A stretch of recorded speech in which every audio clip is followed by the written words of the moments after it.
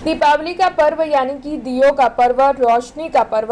कुछ ही दिनों में दीपावली का पर्व मनाया जाने वाला है। तब दीपावली के पर्व से जुड़ी हुई तैयारियां शुरू हो चुकी है।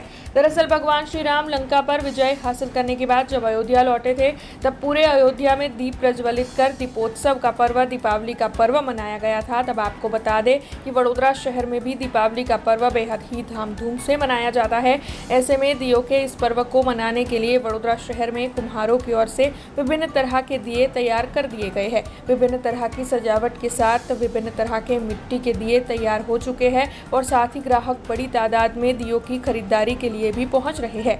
लेकिन कई जगहों पर चाइनीज चीजों की भी बिक्री हो रही है। तब व्यापारियों में इसे लेकर नाराजगी देखने मिल रही है। व्यापारियों का ये कहना है कि लोग ज्यादा से ज्यादा स्वदेशी चीजों का इस्तेमाल करें और इन्हीं चीजों की खरीदारी कर दीपावली का पर्व मनाए। हाँ, હવે તમે નજીકના દિવસમાં આપણે પર્વ આવી રહ્યો છે, દિવાળી જે આપણો સૌથી મોટો તહેવાર છે દિવાળી।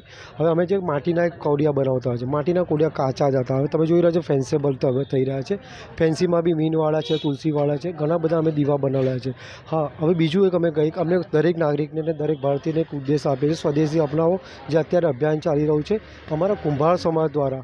એવું નથી પણ કોડિયા જ બનાવ્યા, કોડિયા સિવાય પણ અમે ઘરેનું ડેકોરેશનવાળી ઘણી બધી વસ્તુઓ બનાવી છે કે જે તમને ઘર સુશોભિત કરે।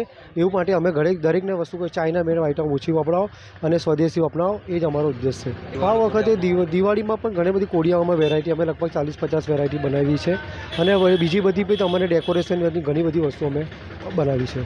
हमसे जुड़े रहने के लिए हमारे YouTube चैनल को सब्सक्राइब करें और नई वीडियो की नोटिफिकेशन के लिए बेल आइकॉन को दबाएं।